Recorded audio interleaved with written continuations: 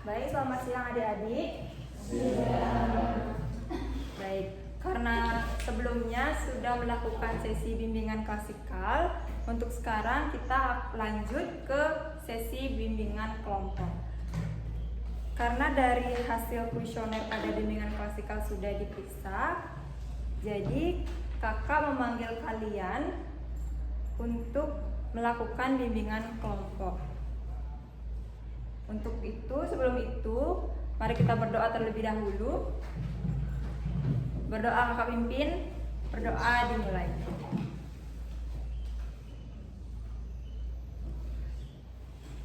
Berdoa selesai.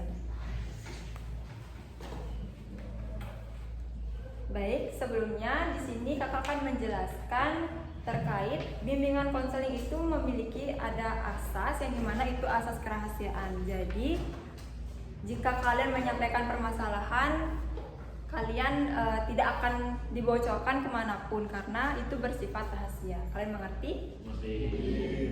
Baik, di sini kakak akan mulai terkait definisi intelijensi. Kalian tahu nggak apa itu intelijensi?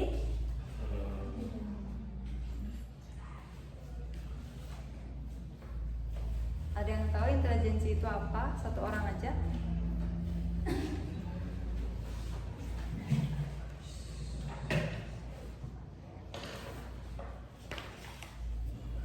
Apa intelijensi? Intelijensi adalah kemampuan menyesuaikan diri dengan situasi yang baru. Ya betul. Mungkin ada lagi yang ingin menyampaikan apa pengertian intelijensi? Ya silakan. Kemampuan seorang untuk berpikir, memahami, belajar, dan menyelesaikan masalah. Ya benar. Tepuk tangan dulu.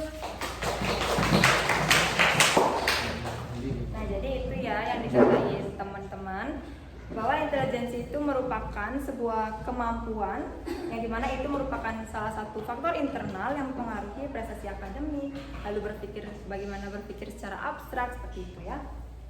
Lalu untuk ciri-ciri intelijensi, maupun intelijensi tinggi maupun intelijensi yang rendah, mungkin ada yang ingin menyampaikan apa ciri-cirinya? Ya, fokus dan belajar. Ya, bisa itu termasuk intelijensi apa? Ya benar, rendah. Kalau tidak fokus dalam belajar itu merupakan contoh intelijensi yang rendah. Kalau yang tinggi gimana? Ada yang tahu? Siapa tadi? Ya? Bisa mengatur waktu.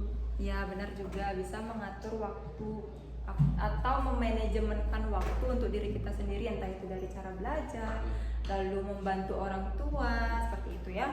Dan juga dapat ciri-ciri intelijensi tinggi itu seperti rasa ingin tahunya itu tinggi. Jadi kalau setiap proses pembelajaran atau sekarang ini kalian ada rasa ingin tahunya itu lebih gitu, jadinya kalian bertanya, aktif untuk bertanya seperti itu merupakan intelijensi tinggi. Lalu juga mudah beradaptasi di situasi baru. Jadi mudah beradaptasi itu mampu dia kenalan dengan temannya gitu, walaupun lingkungan itu baru seperti itu. Lalu untuk ciri-ciri intelijensi rendah itu ada daya ingat yang rendah, lalu kurangnya konsentrasi yang sudah disampaikan oleh teman kalian, lalu minat belajarnya juga rendah, kurang cepat nangkap materi. Kalian ada nggak di sini yang kurang untuk cepat menangkap materi pembelajaran? Saya Lumayan banyak ya. Itu termasuk intelijensi yang rendah. Nah, dari ciri-ciri intelijensi rendah tersebut, gimana cara kalian untuk menyusun strategi agar intelijensi rendah itu berkurang biar menjadi intelijensi yang tinggi? Menurut kalian gimana? niat. Ya bisa itu dengan mengatur jadwal, membuat jadwal belajar juga bisa, lalu dengan cara memanajemenkan waktu juga bisa, seperti itu ya. Jadi itu merupakan ciri-ciri dan juga strategi pelaksanaan dalam intelijensi yang rendah. Mungkin di sini kakak ingin tahu intelijensi rendah terkait kurang cepat menangkap materi itu berapa orang di sini? Semua sih. Cara gurunya aja. Iya, cara gurunya aja. Tergantung gurunya. Berarti berarti tergantung gurunya gimana ngajarnya. Iya. Berarti kalau seumpama gurunya terlalu cepat atau mungkin killer, kalian pasti susah Agak nangkapnya. iya. Kalau seumpama disuruh mengemukakan pendapat tapi kalian ragu-ragu, Iya. Ya. kayak gitu, berarti semuanya kayak gitu. Semuanya seperti itu. Berarti kalian harus bisa menyusun strategi itu agar intelijensi kalian atau kecerdasan kalian itu tinggi.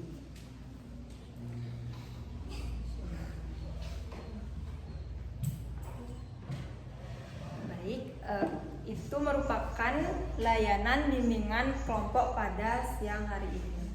Baik, mungkin ada yang ingin menyimpulkan? Ada yang menyimpulkan dari layanan hari ini? Satu orang saja. Ada yang bisa nggak? Atau kakak tunjuk satu orang aja?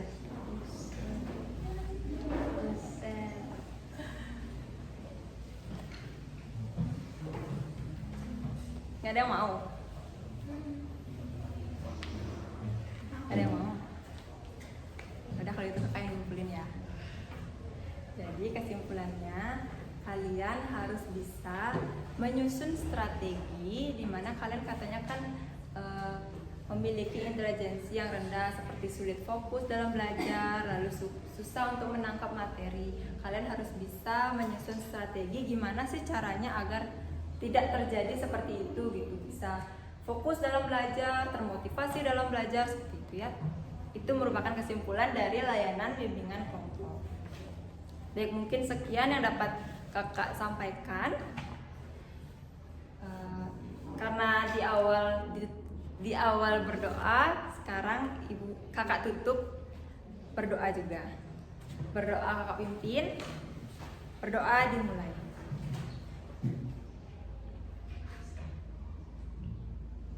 Berdoa selesai. Baik, terima kasih untuk adik-adik yang sudah berpartisipasi dalam layanan bimbingan kelompok ini. Kakak mengucapkan terima kasih.